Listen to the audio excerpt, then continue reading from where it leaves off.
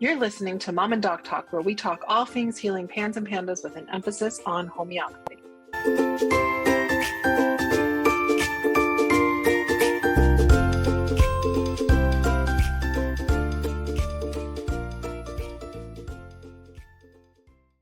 Hi, it's Jody, the mom of the Mom and Doc Talk podcast. We're taking a short pause this summer to enjoy our families and hope you're doing the same. In the meantime, we wanted to give you guys the opportunity to catch up on any episodes that you might have missed or take a break. We know you need a break. You deserve a break. Here's a rebroadcast of one of our most popular episodes. We hope you enjoy it. This is Mom and Doc Talk, where we talk all things healing pans and pandas with a special emphasis on homeopathy. And today we're continuing our conversation of pans and the impacts on the family as a whole. And today we're talking about extended family and friends. And this is one place that we're probably not going to bring it back to homeopathy, because you can't really do anything other than like share information with people that are not in your immediate family about homeopathy, and one, hope that they even understand, and two, take action. So we're probably not going to be talking about all the ways that homeopathy can help with your narcissistic brother-in-law or your demanding mother-in-law or anything like that. What we can talk about today is ways that PANS impacts the extended family, and the way that the extended family, including friends, impacts the way that you experience PANS as a family who's dealing with it. And then maybe even, Jody, how about talking about how to talk to these people about both PANS and homeopathy? Because if somebody is embracing homeopathy as a pivotal part of their recovery plan from PANS, being able to talk to the people around them about it can be difficult sometimes if they don't really understand it, since it's not a commonly used therapy, although it's becoming more and more common. And it's not really well understood by the general population. So where would you like to start as the person who has had the most experience and been the most impacted by this?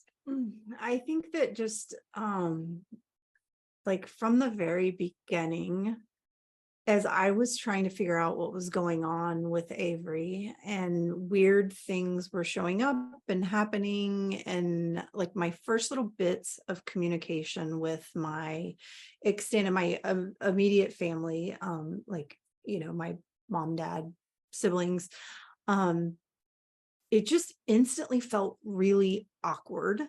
And for the same reason too, I think I was self-conscious because I had, I was taking Avery to doctors and the doctors weren't believing me. I was talking to Avery's school and they weren't really seeing the same things that I was seeing. And then now I'm talking to my family, and I probably felt like I was being more judged than I actually was, especially with my immediate family, because they're all, very loving and accepting. But I also felt like there's no way you can believe what I'm saying. And I kind of get that. And so that was the beginning of it. And then the deeper we got into it, the more I dove into research, and I got completely bananas, and my whole world got swallowed by PANS. And it quickly became the only thing that I could talk about. There was nothing else in my world at the time.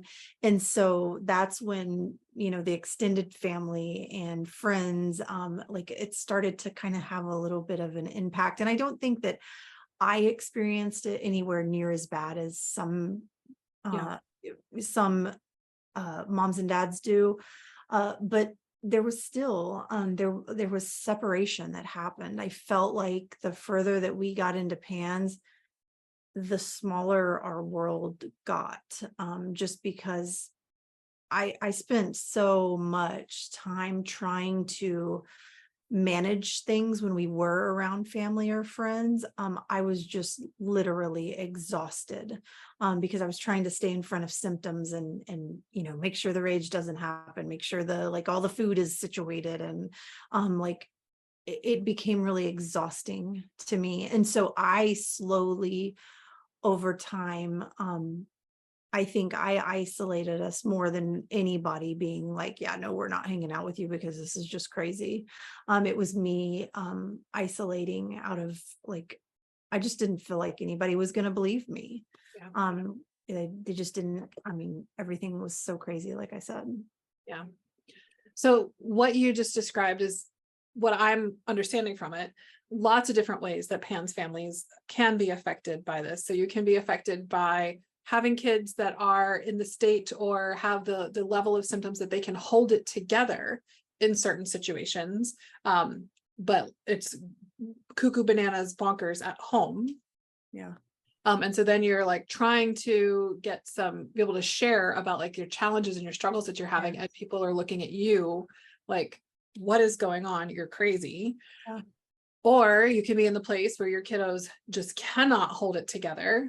And then you're looked at like you're a bad parent because why are you not managing or disciplining your child better? Yeah.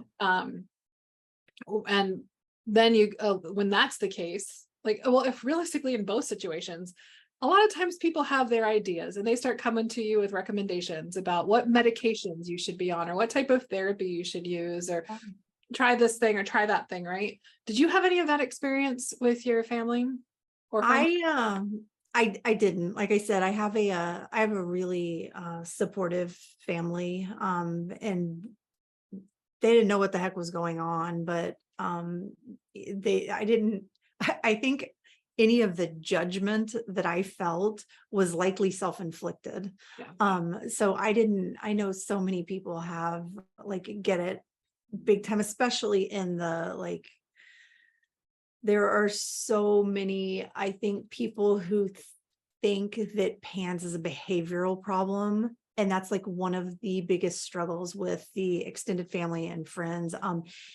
When Avery had PANS, to the outsider that doesn't know what PANS is, I looked like a horrible parent. My kid was raging and I let her rage. That's how I had to do it because our rules are, PANS rules are different. We had to do it differently. You know, she's screaming, freaking out about not having something that she shouldn't have. She's going to get it. Like, we're trying not to make it like I looked like a bad parent. PANS looks like bad parenting. It looks like a bad child. There's no way around that. So it's, I know that there are other families that go through this, like bad parent, you need to do this, you need to do that. You need to put them on this psychiatric medication. You need to have this kind of counseling. And it's just hard because the rest of the world outside of the PANS world doesn't understand that, you know, this is something that's happening to our children. This is inflammation. This is not our children's behavior. It's not our parenting style. It's something, it's infection driven. It's not something that anybody, parents, child, has control of. And so it's just, that's such a hard thing to navigate when you get folks that are really judgmental and aren't willing to bend, right? Because, you know, when we're thrust into this PANS world, what we know has to change. Like, you know, we have to, it's like parents go through this process of understanding that our kid doesn't suddenly have behavioral problems. Our kid doesn't suddenly have a cussing problem. Our kid doesn't all of a sudden just rage. And that's just who they are, and they're a bad kid. It's not that. It's not who our healthy children don't behave like this. And so I think extended family members also have to kind of come along in that understanding of and acceptance of something that they don't understand yet. I'm kind of rambling. Yeah. I think that, I mean, before we go into like how to talk to people about this, and like any advice that you have on talking about both PANS and about homeopathy, let's also acknowledge that on the other side, you know, lots of moms, lots of humans, not just moms, but lots of humans do not have the same ability that you, Jody, have to be a stoic person and to armor up and just like tuck it in and I'm going to take care of this. A lot of people are themselves really significantly impacted and get quite depressed, quite anxious, you name it. And it's hard to suppress, and it's hard to like hold it together when you are exhausted, you get no time to yourself, you get no self-care, you're barely eating, you're barely sleeping because every moment that your child is quiet and the sleep you're spending researching, figuring out how to get your kid out of this hell that they're in. And so a lot of parents have shared with me that especially if their kid is in the place that they can hold it together anywhere except for home, like when they're in their safe space, that they let it all out, what they've been trying so hard to hold together for so long throughout their day, that the parents end up being told like, oh, you just need to get on Xanax, or you need to use, you know, Zoloft or whatever, you know, you name your psychotropic medication of choice. And they start to look askance at the parent. And like some parents, even to the point that they're, it's suggested that they have Munchausen by proxy, you know, and that they're either making up you know, like fictitious disease, that they're making up a disease in their child to get attention, and that they're doing something to get attention. It happens to a decent number of parents. And then people can sometimes also, like some impacts with extended family or friends, is that people on the outside starting to bear witness to like the changing dynamics and like all the ways that are impacting the family, you know, like the sudden like reclusiveness, loss of jobs, not showing up to things, like trying different therapies when something that is commonly used doesn't work, or even, you know, if they've happened upon a medical institution or information site that is not quite accepting of PANS as a legitimate diagnosis, really starting to look at you a little bit differently and wondering if you are harming the child, and then maybe getting a little bit nosier than is warranted, and potentially even in some cases calling authorities on people. Like I've had lots of people who've had visits from Child Protective Services because of choices that they're making to try and help their child, and things being like people being threatened with losing custody of their children because of that. So that's a far extreme. It's very rare that I've heard that happen, but it does happen. So if somebody is in that position that has had that experience, or somebody who's listening to this and has considered whether or not they need to call Child Protective Services, I mean, it's a dicey place to walk, because some kids really do need help because their parents really are harming them. In my experience, that's not been the case with kids who have PANS, that their parents are desperately looking for a solution. To get their kids help. They're beyond caring and not the reverse. So let's shift gears a little bit and talking about PANS. So how did you, when you first figured out that what was going on with Avery, how did you talk to your family and friends about it? I am sure I butchered it because I didn't fully understand it, but I will say the same book that I read to my kids, I took it to my parents and I had them read it, like the little kids book explaining what was going on. And I feel like that helped them more than anything to— You remember the name of that book? Something in a pickle. Oh, in a pickle over pandas. Yeah, there you go. Okay, we'll put a link to it in the show notes and to make sure we got it right too. Yeah. So that one, I let them read it, and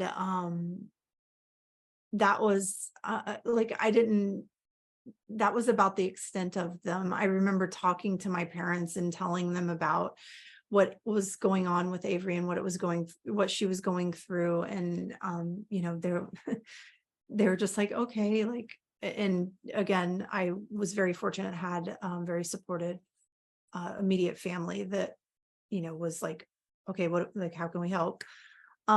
So it is really hard to explain something that you don't understand. And so I struggled a whole lot. And it took, Avery was one of those kiddos that she could control it. Like she was embarrassed by a lot of her symptoms, and she would try really hard to control them in front of people. But like with my mom coming over, for a while, Avery could control it in front of her, but then eventually it got to the point where she just couldn't, or my mom was at our home where Avery was the most comfortable and had the most issues. And so they would start to see like little bits and pieces, and I would just kind of talk them through like what that looks like and how it's happening. And I don't know that they understood, but they were like, okay. Yeah. So we have a couple of episodes earlier that you can check out to get maybe some insights in how to talk about pans and pandas. Maybe some of the ways that we had talked about it in those episodes could be helpful. So some of the earlier ones, if you're new to us, those could be good to check out. What about when you started talking about homeopathy? It was like the same thing. Yeah. It was exactly the same. It's funny because I was so confused about homeopathy. I didn't know why I was there, what I was doing, other than I knew that I wanted to heal Avery's body. But again, my whole family, like we did mainstream medical, and that's what we knew, all of us. We were not brought up in any type of natural medicine world or homeopathic medical world. And so it was the same thing. I was like, it's just like I told my husband, I don't know, but this is where I'm being led and I have to go there, and it doesn't make any sense. And I just need you to hang in there with me and support me. And then they started to understand it a little bit better as Avery was going through healing, and they were seeing shifts too. And then we got to the point where, it was time for Avery to go and stay with my mom. And I'm like, okay, here are these little pellets, and I'm going to explain to you what, and so actually doing it herself, my mom was able to see it. And she's like, whoa, this stuff is crazy. This is wild how much of an impact it can have on her.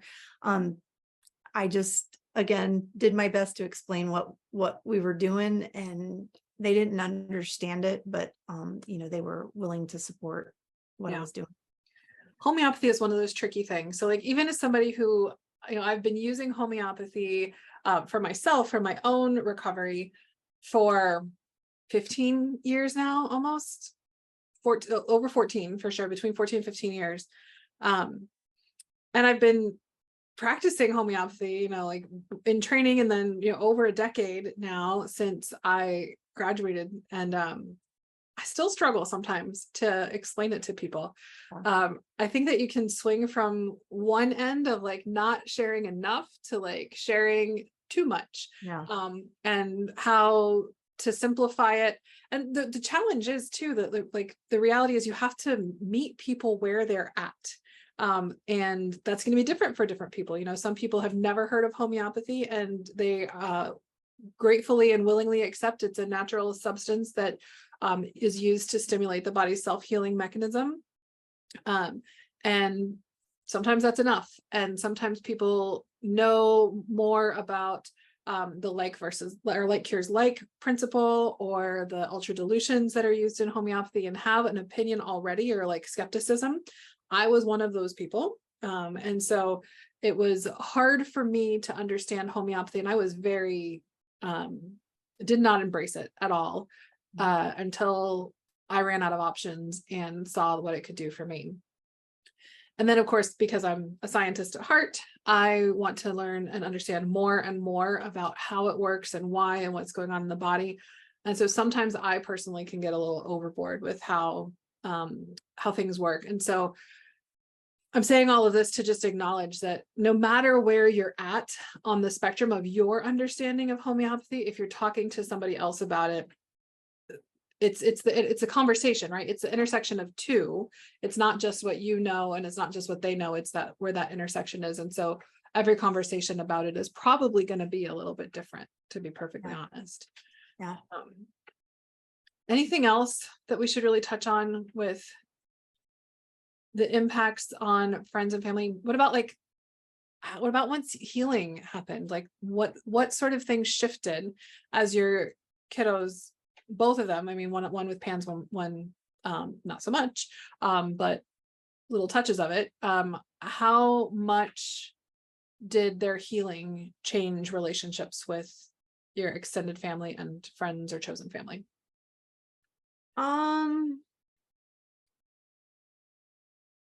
I think that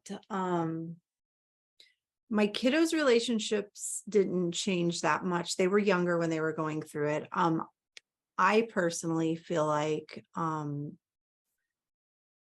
the bit of judgment that was coming in my direction changed into, okay, whoopsie. She was like, she was really literally in the process of figuring something out. And I don't want to say she was right, but that feels boastful or something, but almost and I know we're going to talk more about the husband stuff, but it's kind of like the same thing with my husband. I think there was this like deeper level of trust and understanding of like what I'm trying to do as a mom. Mhm. I don't know if that makes any sense. But is we got further and further into healing and the girls both started doing significantly better. I feel like there were a lot of not as much family, but friends that were like all of a sudden willing to open their mind and talk to me about this thing that they wouldn't be like, oh, okay, like tell me about homeopathy. What were y'all doing? Like, because this is wild. And I feel like I sort of took the instead of forcing homeopathy on anybody, I just kind of took the approach of like, we'll just let them see, right? I don't have to force them to understand it or why I'm doing it. Yeah. We'll just let them see. And that's exactly what happened. They saw it and then they were like, what's this stuff? And they were a little more willing to learn. You know, you just said something that triggered a thought in me, so I'm going to run with it. You said your kids' relationships didn't really change, and we didn't really mention that. Like for a lot of people, the kids' relationships do change. Like a lot of kids lose friends because of the way that Oh yeah. what they're going through. Other kids don't understand it. You know, kids are less able to rationally think through everything that's going on, logically think through, have compassion. Even, you know, the healthiest kids dealing with somebody who's even slightly different, like they can be brutal sometimes. So let's just face it. And so friendships and navigating friendships for Pan's kid can be brutal. And it's also true that, especially for an older kiddo with Pan's, if they do have relationships and friendships, they want to cling to them so much that the friendship sometimes even can be part of the challenge with getting those kiddos buy-in and participation with homeopathy, because it's different than what their friends are doing. None of their friends are taking these little pills. None of them know what homeopathy is. And so it can contribute to some of the challenges. Maybe we should get one of our episodes with our guest host that we've got coming up. We should get one with kiddos to come and talk to us about how both they've navigated friendships and then how they've talked to people about homeopathy, and if it comes up, because we've talked about that in some of our videos that we've done in our Facebook group, which again, if you're not a member, you should become a member. It's Homeopathy for Pans and Pandas, link in the show notes. So we've got a lot of videos with kids that are sharing about that and talking about their experience with friendships, navigating friendships with Pans and Pandas and with homeopathy. And we've got some videos on our YouTube page, our YouTube channel, that are from, there's one from, what was it, 2021, I think, or 2022, where we had families coming in and sharing, like answering 3 questions about their experience with Pans, Pandas, and homeopathy. And several of them had kids come on too, and they talked about it. And so I think that can also be helpful. That one's only available on our YouTube channel. So there's a lot of great stuff that we put there only on the YouTube channel. So that's a great thing to go subscribe to as well. I'll put that in the link in the show notes as well. Anything else that we should really touch on about the broader impacts of Pans, Pandas on relationships with the extended family, or the extended family impacts on Pans, Pandas? There we go. I knew I needed to jog my mind about something. Dealing with things like family gatherings and holidays. Well, I'm sure we'll have an episode at some point about managing holidays. I don't think we've already done that. I don't think. But we've definitely talked about it in the Facebook group regularly about how to navigate those types of things where we've got like a family Christmas or something, and, you know, Aunt Flo or whatever doesn't really accept or acknowledge what you've got, and they're, oh, you can just have a little bit of this thing, that you're like, absolutely not, this will trigger a flare. And so, oh, they can have a little bit of this gluten, dairy, red dye filled sugar bomb. And so anything you want to share there, Jody, about navigating those things when you still have to go and be involved in situations, but people are not accepting of what your family's needs are? Yeah, we already had so much dietary stuff before PANS happened that my family knew, like, you don't touch that, leave it alone, like, I'll feed my family. One thing that we did do for a while, which was really nice, and I think this was a product of me asking for it to happen, um, was, what was it? Oh my gosh, it like completely left my mind. Oh, like we would, because during family gatherings, there's so much chaos and craziness going on. Like we would sit down, even if it was just myself and the girls, we would sit down and eat before everyone else. And I know that is not like the traditional way of doing things. But when Avery was at her worst, it was so helpful not to have her sitting at a table full of people that were eating, both of my kids. They weren't sitting at a table of people that had like a mound of mashed potatoes and dressing and cranberries and desserts and all of this. Us eating at different time, it was just what worked for us, and it needed to be different. Us having, regardless of whose house we went to, us having a safe space that we could move to if we needed a minute. Like that was a request that I would make before. And so just kind of like whatever your kid needs for whatever they have going on, ask for that stuff. I wish I would have asked for more. I didn't, because I was like, I always want to please everybody and make everybody happy and make it as easy as possible on everybody. I could have asked for, other things that would have made things a little bit easier. Like, if we need to just up and leave, we need to up and leave. And if we can do that without judgment, that would be really nice. Because if we're leaving, it's bad enough that we need to be leaving. So I think like talking to your family about stuff like that is, helpful. To quote Brene Brown, who is obviously brilliant and insightful, clear is kind, and setting boundaries is clear. And so setting boundaries is a kindness.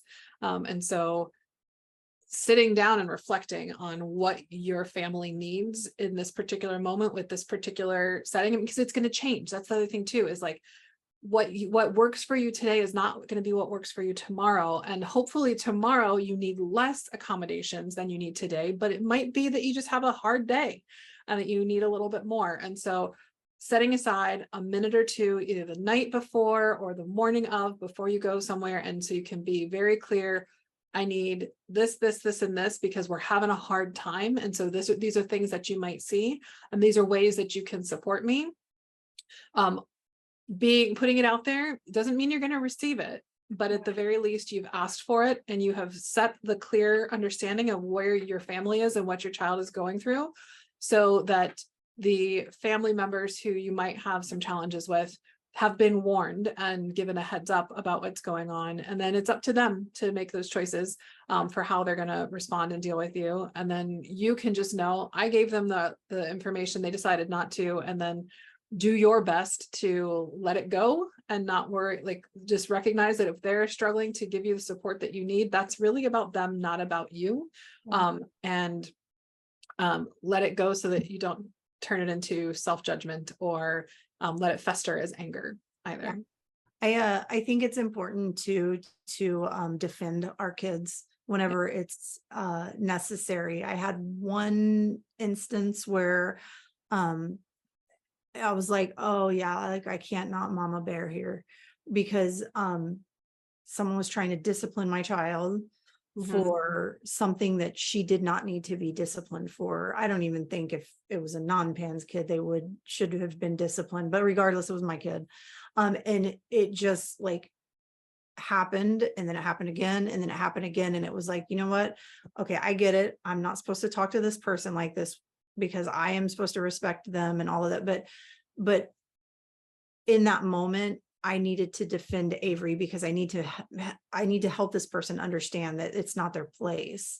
But I need to also help them understand that this is not something we're going to discipline Avery out of. Like, what you're trying to do right now isn't going to help anything. You're disciplining inflammation in her brain right now. That's like it's not possible.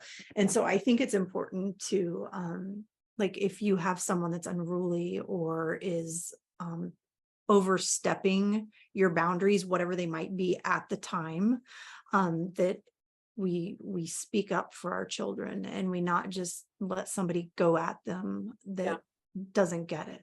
I think it's important to do that for our kids. I'll support you 100% there, because these kids, having talked to hundreds of them at this point, I know that the way people react to them sticks to them a little bit.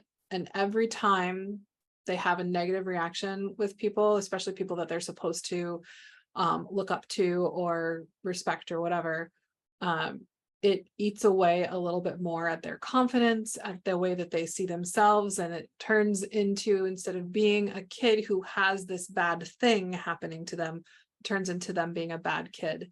And every time that a mother stands up, or a father stands up, a parent stands up and says,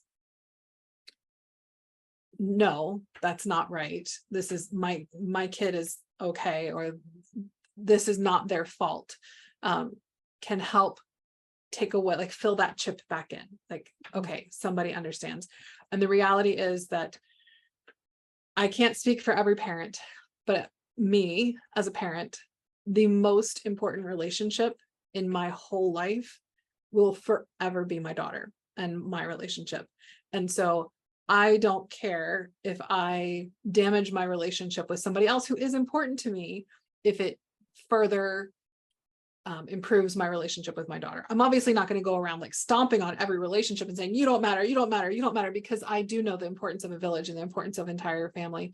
But I will never not stand up for my daughter, and my daughter doesn't even have PANS, and hopefully we avoid that, even though she is at a higher risk for PANS because of me and my brother.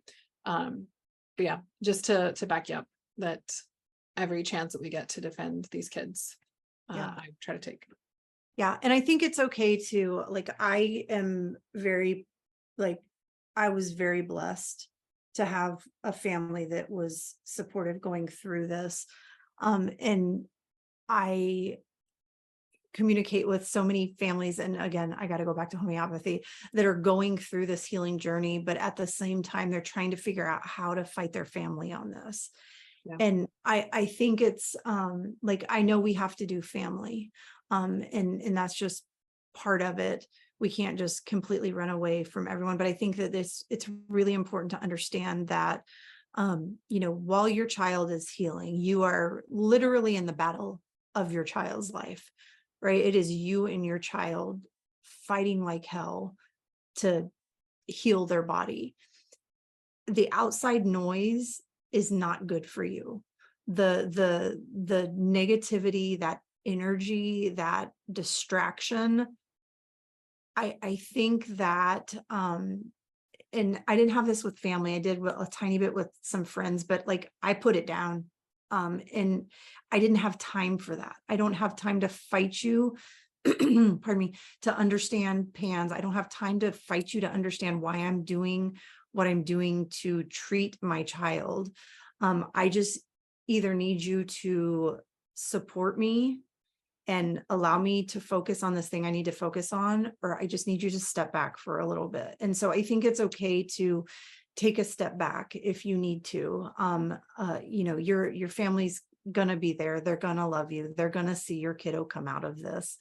And things change, relationships heal and mend as time goes on, but we just don't have time to focus on anything, anyone that isn't bringing positivity or good things to our world. It's just a distraction from what we need to be doing to heal our children. And I think too, like, because I know we have other people listening to this other than PANS parents. If you are a grandparent, any extended family member, I get that it's really hard to understand all of this. I get that my extended family for a long time didn't see what was going on with Avery. They just, they didn't experience it because she would hide it from them. What I was telling them was happening. What your family member is telling you is happening. And they have no control over it. None of us, there's thousands and thousands and thousands of us families that are experiencing this with our children. And we get it. We know it doesn't make sense. What we need is just from you as we go through it, as our children heal, we need unconditional love and support, even if we're not asking for it. I am not a person that receives help and support well. I don't ask for it because I don't know how. I didn't ask for any help whatsoever throughout PANDS. I needed so much help. And I think it is so traumatic that most families don't even know what they need for help. Help looks like a meal. Help looks like laundry. Help looks like, hey, how you doing? Help looks like, come and sit on my patio with me after my kids go to bed and have a glass of wine with me. Help looks like just doing something and not asking what you can do or saying, I'm here if you need anything, because that's asking somebody to ask you for something that they may or may not know, and then also probably feel guilty because parents of kids with PANS are going through a whole lot of guilt and a whole lot of feelings of failure in many cases, like, how am I not able to do this? How can I not manage this? What am I doing wrong? And so asking somebody what you can do to help isn't helping as much as just showing up and doing the thing. Yeah. I listened to a podcast the other day and the speaker on it said, when a mother tells you something is wrong with her child, you believe her, period. You believe her. And so if you have a family member or friend telling you that there's something wrong with her child, she's telling you the truth. If you don't understand homeopathy or the route that, healing is happening, it's okay. You don't have to understand it. You just have to support. If you can just unconditionally love your family member through this, it is so beneficial. Me having the loving, supporting people that I had in my life was like my little lifeline. It was my little reprieve. I had zero break managing 3 kids, absolute crazy insanity. My mom calls, that was my one tiny 5-minute break that day from somebody that wasn't judging me. She was just there calling to check and see how I was doing. Number one absolute best thing that you can do is just support without judgment. Well, we went a little longer than we anticipated, that we typically expect or want to, but hopefully this really was a good insight into some of the ways that you can set some good boundaries with your family and friends, ways that you can work on nurturing or repairing those relationships. And maybe even just the last little bit from Jody, speaking to the family on your behalf, maybe just sharing that little part from might help make a difference for people to hear it from somebody else. So hopefully you found this to be a helpful episode. And our next episode, we're going to probably go on longer than we expect to as well, because we're talking about PANS and marriage, which I always feel like there's not a lot to say, but as soon as we start talking, there's a lot more to say than we think about. So I know that that's a really big topic, because having kids alone is hard on a marriage, and having a PANS kid is exceptionally hard on a marriage. So hopefully you guys will join us then. Okay, guys. We hope you found this episode helpful, hopeful, and inspiring. We try to get a new episode out every week. You can make sure you don't miss any by following us on Spotify or subscribing to our channel on YouTube. If you want to connect with us more, join our Facebook group, Homeopathy for PANS and Pandas, where we have exclusive weekly videos and answer your questions about, you guessed it, homeopathy for PANS and Pandas throughout the week. If you are already a member, give us a shout out and let us know what you thought about this episode. If you aren't on Facebook and would like to reach us, you can email us at podcast@resiliencenaturopathic.com. Until next time, take care, and remember, this won't be forever.